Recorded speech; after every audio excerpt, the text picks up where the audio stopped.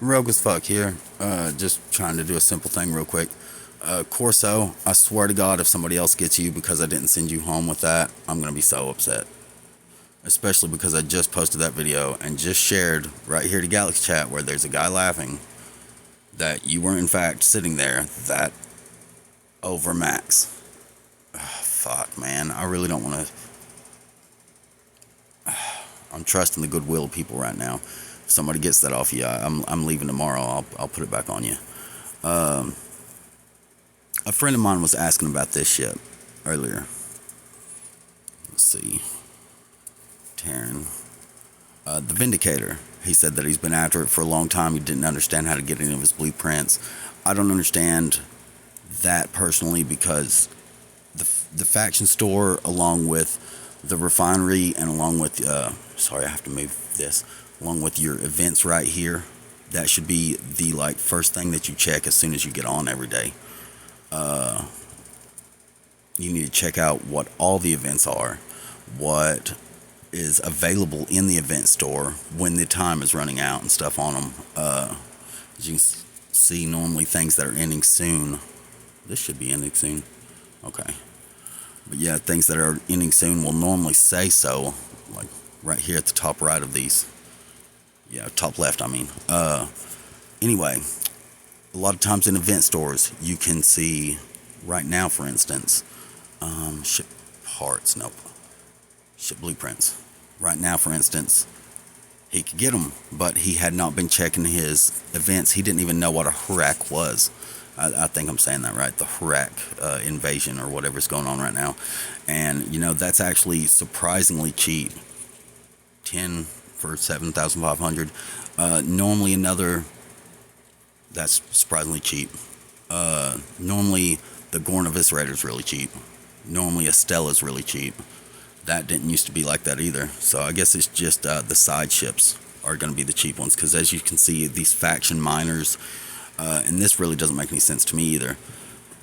Qual Pack, it costs more per event points. But if you go to the faction store, I'm pretty sure that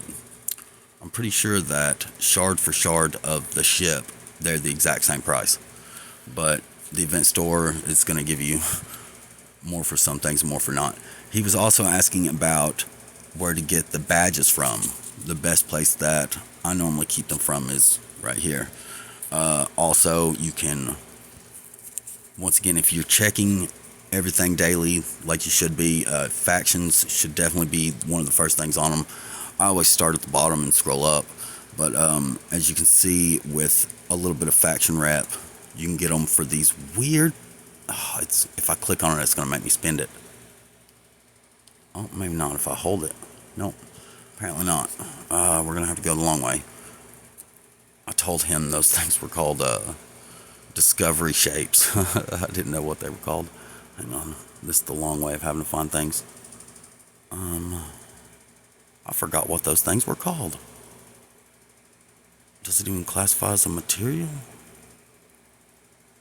I hate having to go this way. And you know another thing I hate all this shit. Sorry, all this stuff that's in here that there's no longer a use for. I don't really see anything now that I'm looking for it, of course. Shoot. Anyway, there's all these okay.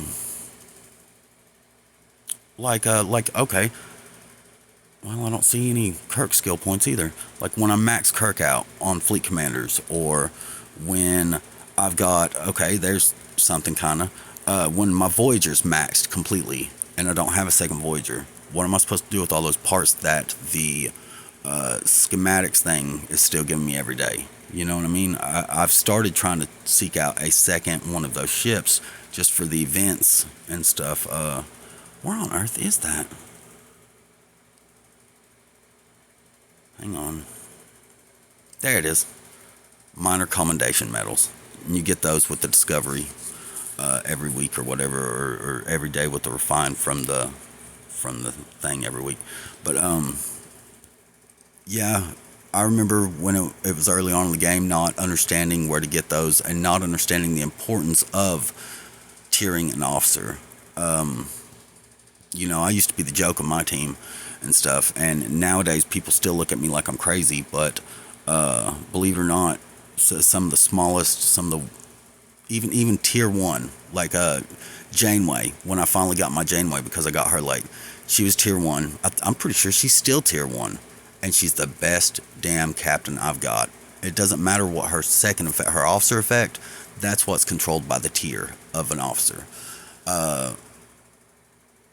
Sometimes if you're after the captain's effect, or if the captain's effect is that amazing, you just want the synergy with it. And sometimes you don't even want that. Like if you have 5 as captain with 6 as a sideboard to do hostiles because it gives you more mitigation, that's not really smart. You're wasting a very crucial spot there for a slight mitigation raise. And nowadays you can get Tom Paris up under and not even need her at all, you know. Go with a loot and impulse crew or something, you know, instead of needing her for mint. But yeah, oftentimes people will do 5-6 con, and I'm telling you right now, if you do 5 Gorkon con, especially early on, early 40s, trying to do freebooters or whatever, that is an incredible punch up crew. Or 5 Nero Tal. My Tal is still level 5, and that I can take my pickle into Mantis Land with 5 Nero Tal. Where is he? There he is. 5 Nero Tal, and fill 6 or 7, 8, 10 million worth of the Actian loot. And you know, my Mantis only holds 100,000. This guy just runs them down. That effect, 5% cumulative each round. Where's it at? It only goes up by 1%. But yeah, sometimes it doesn't matter what the tier of the officer is. Sometimes it doesn't matter.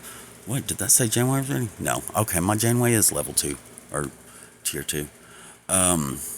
Right now, actually, one of the biggest things that's blown me away crew-wise is Old Mud, R.O. Mud, and Harrison. It does this trick shot thing where it just obliterates them before they can even shoot. I'm trying to remember the last thing that guy asked for. He said he was struggling to get ships too. These numbers right here, most people, because the game never said it, that the factions lock at certain rep levels. At 10 million, 1 billion, 15 billion, and I hear 500 billion, they lock. And once they get above that, they then will not go below that. There's also these negative reduction stuff, so that you could get all 3 up potentially, you know, or stop getting reduction from hitting a faction potentially, maybe. But and now there's also hostiles that do all 3. But yeah, without that up, it doesn't matter what your level is. It doesn't matter how much of the faction credits you got, because you cannot get the ship blueprints if you don't have the rep level up there.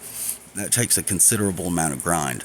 Most people that have rushed something and stuff, that's the biggest thing I'm going to try and suggest, is that they do their grinding and stuff to try and raise up one faction, or you know, especially if you're not triple locked and you're over 40, I personally think that you need to spend a week or however long to get all 3 of them up to the 10 million bar.